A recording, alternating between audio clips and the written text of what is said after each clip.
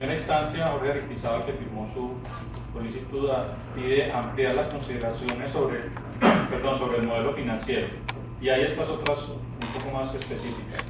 ¿Cómo participarían los privados ya asentados en el centro? ¿Cómo participarían en su desarrollo? Y esta otra, que también tiene que ver más o menos, va por la misma línea, dice: la redensificación del centro parece no tener solución si la oferta del precio del suelo urbano en los suburbios sigue siendo más rentable y más fácil. ¿Qué propone la administración para desestimular y poder incentivar en el centro? Y una última sobre lo mismo, que la tomo literalmente porque no he tenido mucha claridad sobre a qué se refiere, pero la voy a leer tal como está redactada. Un caso negativo de respuesta, un caso de respuesta negativa de crédito hipotecario en el centro histórico. Esto dificulta la propuesta de vivienda. Buenos días, yo quisiera ser más explícito. Mi nombre es Jorge Aristizábal, muchas gracias por la invitación a este conversatorio. Represento las sociedades propietarias de los inmuebles en el centro Aristi Columbus. Soy asociada a la Sociedad de Mejoras Públicas de Cali, viví en el centro durante 13 años y trabajo en el centro desde hace 18 años. Participé en los talleres del PEM de finales del 2011 y hice una crítica constructiva sobre el modelo de financiación. En ese entonces la meta era 900 viviendas y financiar las mejoras en el centro a través de la contribución por la plusvalía. En ese momento manifesté que pues, un tema de 900 viviendas puede ser un tema de 10 a 20 promotores en el fondo, y el promotor constructor no va a absorber ese cargo, sino que lo va a trasladar a esas 900 familias. De igual manera, en este momento quiero hacer también ese énfasis de que si se piensa cargar los 96.000 millones en 25 proyectos, el promotor no va a absorber eso, lo va a trasladar a esas 1.340 familias. Hay que buscar otras fórmulas, mejor dicho, hay que buscar incentivar a que esas familias deseen volver a vivir en el centro histórico y no buscar la financiación a través de esa carga que va a ser un castigo para esa. Entonces, si hoy en día queda el modelo de preventa en los proyectos, si la familia ve que le va a costar más trasladarse al centro por metro cuadrado que a otra parte, no va a tomar esa decisión. Entonces yo creo que hay que cambiar el chip, es mi sugerencia en eso. Y la plata desde busca, pues cuando uno ve que se han gastado 100.000 millones de pesos en un estadio de fútbol o más, tengo entendido, pues hay que buscarle la fórmula para salvar al centro histórico. Gracias. Y la mía es la segunda, es un caso concreto que pienso que este es el contexto ideal para entrar a entender. Y mi familia y yo nos hemos antepuesto a esta iniciativa de mirar el centro como una opción de vivienda, aprovechando primero porque tenemos fe en todos estos proyectos que se vienen en camino, también por su excelente localización. En Cali, atravesar el río Cali es terrible, si uno está constantemente viajando al sur, pues es ideal ese punto de partida, punto de retorno de los viajes que uno hace de sur a norte todos los días. Entonces, el centro es nuestra opción. Entramos a buscar un predio, lo encontramos varios, pero la dificultad con los bancos para conseguir crédito es impresionante. Primero, porque no consideran que sea una garantía válida. Una casa que tenga más de 30 años, acá todas tienen pues, usualmente, o las que nos interesan a nosotros, más de 50 y 60 años. Entonces, de entrada, eso no.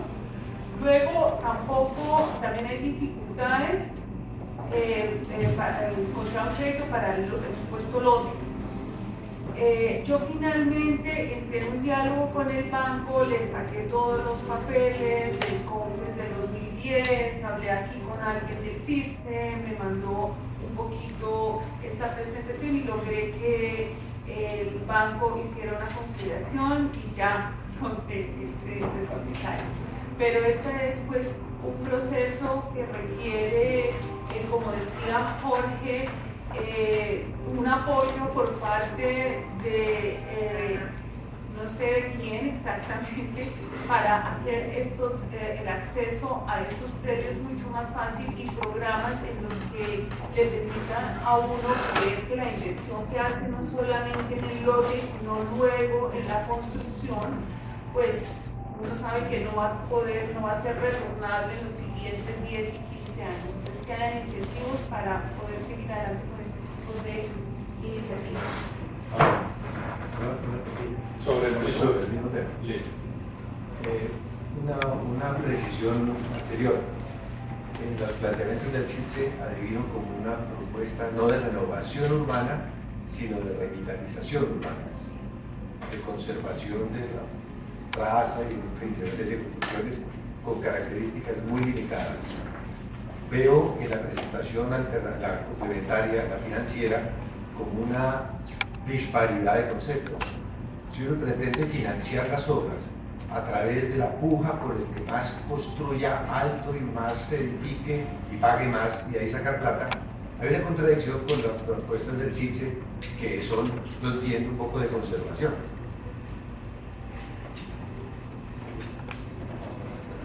Bueno, no es mi tema, pero voy a tratar de dar respuesta a algunas de las inquietudes.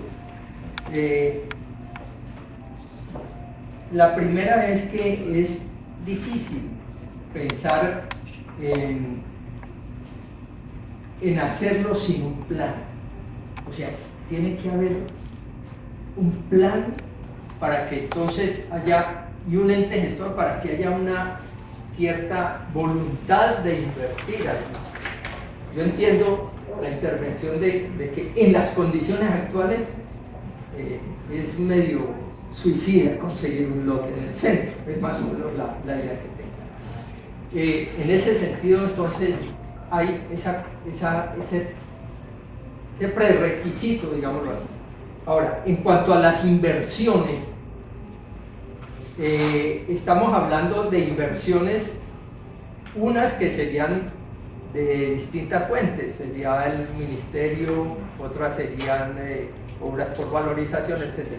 No pensamos que el proyecto en conjunto del centro lo van a pagar los que van a comprar la vivienda en el centro, exclusivamente.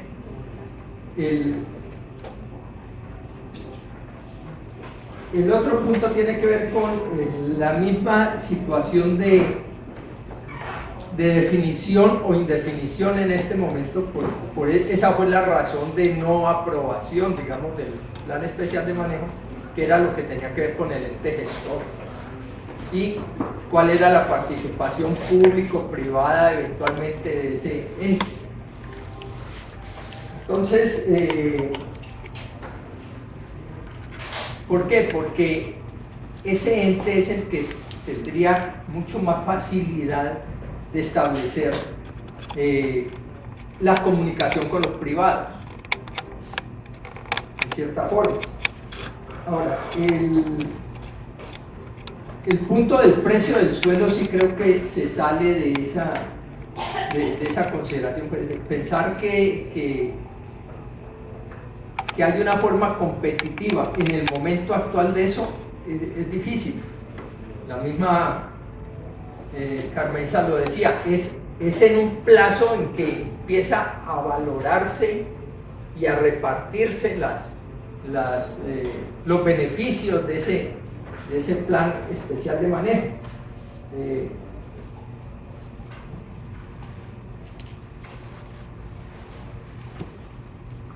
El otro punto tiene que ver con el hecho de que, digamos, hay timidez en el plan especial de soltar para la inversión. No, es que la prioridad en el fondo es, de alguna manera, hacer una costura del centro. Hay que establecer una política de paramentación. Es decir, eso es clave. Y lo que se está considerando es, en aquellas manzanas que se mostraron, donde puede haber integración de predios, entonces sí podría entrarse a hacer otra consideración en términos de su capacidad de desarrollo. Pero tenemos unos programas de vivienda. Obviamente, vivir en lo nuestro no puede pagar eso. Más bien vivir en lo nuestro es decirle, vea, vaya a la ENRO, a planeación, allá hay unos arquitectos que le ayudan a formular un proyecto muy bueno para su predio, ¿no? Para que usted no se vaya o no lo vuelva un inquilinato, ¿no? Es muy distinto a la condición de proyectos donde ya hay una solución de conjunto. Entonces, prácticamente yo lo que diría es que la solución del caso a caso es puntual. En este caso del centro histórico, no es una situación que podamos generalizar. Ahora, el plan especial de manejo sí tiene una propuesta volumétrica y de empates para todas y cada una de las manzanas. Y sobre esa base fue que se estableció qué tanto más podría construirse, no necesariamente de ocuparse, es posible que también de ocupación, pero creo que no es el punto no es la ocupación, sino la construcción. Y sobre esa base fue que se hizo el cálculo de las posibilidades de construcción totales.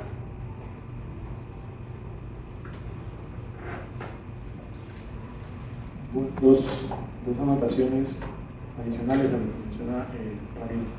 No es excluyente y no es contradictorio, por un lado, buscar la preservación del centro histórico y por otro lado, buscar que ciertos sectores de ese centro histórico puedan tener un desarrollo inmobiliario. Esa es una de las particularidades y de las potencialidades que tiene el centro histórico nuestro. O sea, el centro histórico nuestro no es la Candelaria, no es el centro histórico de Fox, por ejemplo. O sea, hay ciertos espacios en los cuales se puede desarrollar algún proyecto. Siempre va a estar condicionado a la existencia del patrimonio, evidentemente. En el centro histórico no vamos a poder construir un edificio de 60 pisos, así esté localizado una manzana que no es patrimonial. Evidentemente no se puede. Pero sí existe un juego todavía, existe un margen, ¿ya? Y el punto de partida de ese margen es la misma propuesta que tiene la Universidad del Valle, es el punto de partida. Y el límite es lo que está haciendo la Universidad del Valle en cuanto a la del patrimonio. Entonces no es excluyente, ese es un punto. El segundo punto en cuanto a cómo hacer entonces para que estas cargas no terminen haciendo poco competitivo en el centro con respecto a la periferia. Hay un dicho que dice que algo debe tener el agua desde que la bendicen. En el centro de la ciudad sí hay intereses por hacer. Cuando ustedes buscan, Granada y Juan Ambú están al lado del centro y los costos de Granada y Juan Ambú no son baratos y los intereses inmobiliarios sobre Granada y Juan Ambú, sobre Colombia mismo, son bastante elevados, ¿ya? Así que el interés por realizar proyectos en el centro los hay. Primer punto. Segundo punto, puede haber incentivos, para mencionar solamente uno, el que hemos mencionado aquí en algunos momentos. El tema de no exigencia de parqueaderos a todo, eso es un incentivo, eso empieza a ser un incentivo, uno solo, ¿ya? ¿Es más costoso? Sí, es más costoso hacer vivienda en el centro del territorio, no se van a poner, hay un componente de precio, pero no es inviable, no es inviable. Y es factible de ese costo, y las modelaciones lo demuestran, para eso se hacen las modelaciones, capturar parte de lo que nos damos carga, con el instrumento que usted quiera, ¿ya? Y no es eso de que no, es que el último la carga se le traslada siempre al usuario, pues no es necesariamente, ¿ya? Y en eso quería que si me ayuda, realmente yo tengo bastante claro y mucho más empático que eso, no necesariamente se traslada al usuario. Sí, un par de ideas rápidas. La primera, si la inversión pública estimada, que es lo que entiendo que está en este momento calculado, es de cerca de 96.000 millones de pesos, y en los procesos de renovación, de revitalización, de actualización de zonas de las ciudades, la inversión pública suele ser apenas el 20% de lo que moviliza de recursos un proyecto como eso, la empresa gestora del Plan Especial de Manejo y Protección se tiene que preparar para movilizar alrededor de 500.000 millones de pesos del sector privado. Si no, no vale. Porque la renovación y la revitalización no la paga el sector público. El sector público lo que hace es coger unas platas y las pone de manera que vuelve tan atractivo el entorno que el privado quiere llegar a seguir así. Y así es. Por cada peso puesto por el sector público en renovación urbana, los privados van a poner 5 o 6 o 7 pesos. Y de eso se trata. Ahora, ¿cómo lo ponen? Esa es la creatividad de la empresa gestora y la empresa de renovación urbana de la ciudad. ¿Cómo hago para convertir los derechos de propietarios que hoy tienen una casa que no les prestan ni en el banco, volver a activar ese activo, vale la redundancia? Porque es que el proceso de renovación, de manejo del centro, de cuidado del centro, ¿qué es lo que va a hacer? Volverle a hacer valer las casas que hoy no valen ni para el banco, no las va a volver a hacer valer. En el entretanto, en la transición, yo cómo ayudo con los instrumentos que tiene el sector público a crear ese empate entre dueños de derechos, que son los dueños de las casas, de las edificaciones, etcétera, para poder empezar a invertir en transformarlas. Ese es el éxito de esto, que el plan vale una plata en términos de plata pública, pero va a movilizar 5 o 6 veces eso si yo logro poner la plata en las obras que toca, que hacen atractiva otra vez la zona. Pero por eso también es que esto no se puede hacer sin el sector privado y sin los ciudadanos, porque una tercera parte de los socios del plan es el gobierno con sus 90.000 millones de pesos, digamos, o 100.000, pero otro socio son los dueños de las casas, de las edificaciones. ¿Esos cuánto tienen? ¿Cuántos miles de metros cuadrados que se van a transformar? Y después están los que quieren comprar suelo o desarrollar proyectos, esos también van. Los que tienen negocios, actividad económica, porque al final cada uno tiene que poner algo. Y como dices, y es que en el mundo civilizado, en el capitalismo, pagamos impuestos todos. Y al dueño de la tierra, si le cobro, él paga lo suyo y ya. El constructor paga lo suyo y ya. El comprador o el usuario paga lo suyo, eso ya. Pero el mundo divino, donde el dueño de la tierra la gana toda y el usuario paga todas las cargas, se acabó, ya no da para más. Ya no da. O sea, es que si algo está, no sé si vieron la discusión de tasas de interés en Colombia. La tasa de interés formal en Colombia es de 3-4%. ¿Eso qué define? La tasa de ganancia de la economía. Ya. Pero en Colombia la tasa de usura es del 33%. ¿Por qué? Porque todavía tenemos gente que quiere hacer actividad económica y ganarse el 40 y el 50. Eso se llama economía especulativa. En la economía seria, la ganancia no pasa de más allá de la tasa de interés. Les cuento, Europa y Estados Unidos tienen hoy tasa de interés cero. Cero. No cobran por el dinero. Tratando de que la gente gaste, invierta, vuelva a mover el sistema. Pero ¿eso qué significa? Que en este momento hay en Europa y en Estados Unidos gente que está haciendo todo tipo de actividad económica ganándose el 1 o el 2% anual. Porque la economía no es decir yo me la gané toda y mi utilidad fue del 100%, pero maté los clientes. Yo prefiero tener una economía donde la tasa de utilidad es el 3 o 4%, pero todos los años mucha gente puede seguir comprando, porque la economía contemporánea es flujo, no acervo. Entonces, tranquilos, es que de lo que se trata es de llegar a una sociedad donde cada quien pone la plata que le toca, no se le cobra más, no es que ahora vamos a cobrarle todo al dueño de la tierra o al constructor, pero el mundo donde los costos que le caían a los dueños de la tierra o al constructor se los trasladaba al usuario, se acabó. ¿Por qué? Porque mataron el usuario. En España hay 1 millón de viviendas que nadie quiere comprar. ¿Por qué? Porque se la ganaron todos los dueños de la tierra y le dejaron la carga a los usuarios. ¿Y ahora qué? Se quebraron todos. O cuando se quiebran los bancos, que se quiebran todos. Y se acabó la época en que se quiebran los bancos y todos ponemos plata para salvarlos. Y después no nos prestan, que porque no somos gente de confiar. No, se acabó. Islandia, ¿qué hizo ahora que se quebró? Metió a la cárcel a los banqueros y a los gobernantes y cogió la plata de todos para volver a refinanciarle el crédito a todo el mundo. ¿Por qué? Porque en las sociedades dependen de los ciudadanos, no de los dueños del capital o de la tierra. Y los ciudadanos a veces tienen tierra, a veces tienen capital, pero si no respetamos los derechos de todos, seguimos generando sociedades donde la riqueza se concentra en pocos, la riqueza no fluye y entramos en la depresión. Eso es bien interesante. Lo cierro diciendo esto. Ustedes se habrían imaginado un mundo donde íbamos a hacer estudios y evaluaciones de desarrollo, donde aumentar el parque automotor ya no sea evidencia de desarrollo. Sí, para allá vamos. Hace 20 o 40 años haber pensado que el mundo desarrollado iba a tener buenas ciudades sin carros era impensable. Pero es que Chicago y las ciudades productoras de carros en Estados Unidos se quebraron hace 30 años. O sea, ya hace 30 años saben que el modelo de carros particulares se acabó.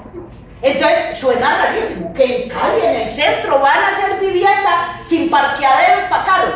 Digamos, suena duro. Seguramente habrá que hacer parqueaderos. En las ciudades serias que tienen buen subsuelo hacen los parqueaderos debajo de las vías para aprovecharlas para todo el mundo, no para un edificio. Pero hacer edificios sin parqueadero en el centro le va a abaratar el costo de construcción, no tener que hacer el hueco para abajo y todo eso, le va a hacer más estable el edificio. Ustedes vieran los problemas que hay identificados por lo que significó hacer parqueaderos y sacrificar columnas de los edificios. Se cayeron todas las ciudades, los edificios en Concepción, en Chile, por hacer edificios con parqueaderos. Pero además, imagínense lo que se va a ahorrar la gente de no tener que tener un carro, pagar combustible carísimo, para no poderlo mover porque vive en pico y placa. O sea, es supremamente contemporáneo, vanguardista ofrecer edificios sin lugar para carros. A los tradicionales les va a sonar horrible, pero a los jóvenes que se están graduando en las universidades ya les ahorró perder la mitad del precio de un carro cuando lo compran. Imagínense, ya van ganando. Total, que yo creo que eso es lo que significan estas apuestas, la oportunidad de empezar a poner un mundo de conceptos nuevos, de visiones nuevas de ciudad que van a generar resistencias, que son difíciles de lograr. Transformar los derechos de los feudalistas en derechos de una sociedad liberal, democrática y moderna, eso es pesado, pero es el reto más interesante. Porque al final es la apuesta de que estamos haciendo una ciudad para todos, donde todos ponemos lo que toca. Así que yo creo que sí hay una oportunidad de hacer que los derechos de las viviendas de todo el mundo valgan en esa apuesta de cómo llegar a invertir lo que de verdad se requiere. Y yo creo que el reto está en este momento no solamente en manos de la universidad y la ciudad para hacer el plan, sino de la empresa de renovación y de la empresa gestora, porque ahí es donde la creatividad tendrá que poner en perspectiva todo ese mundo de valores ocultos que hoy tiene el centro histórico. Voy a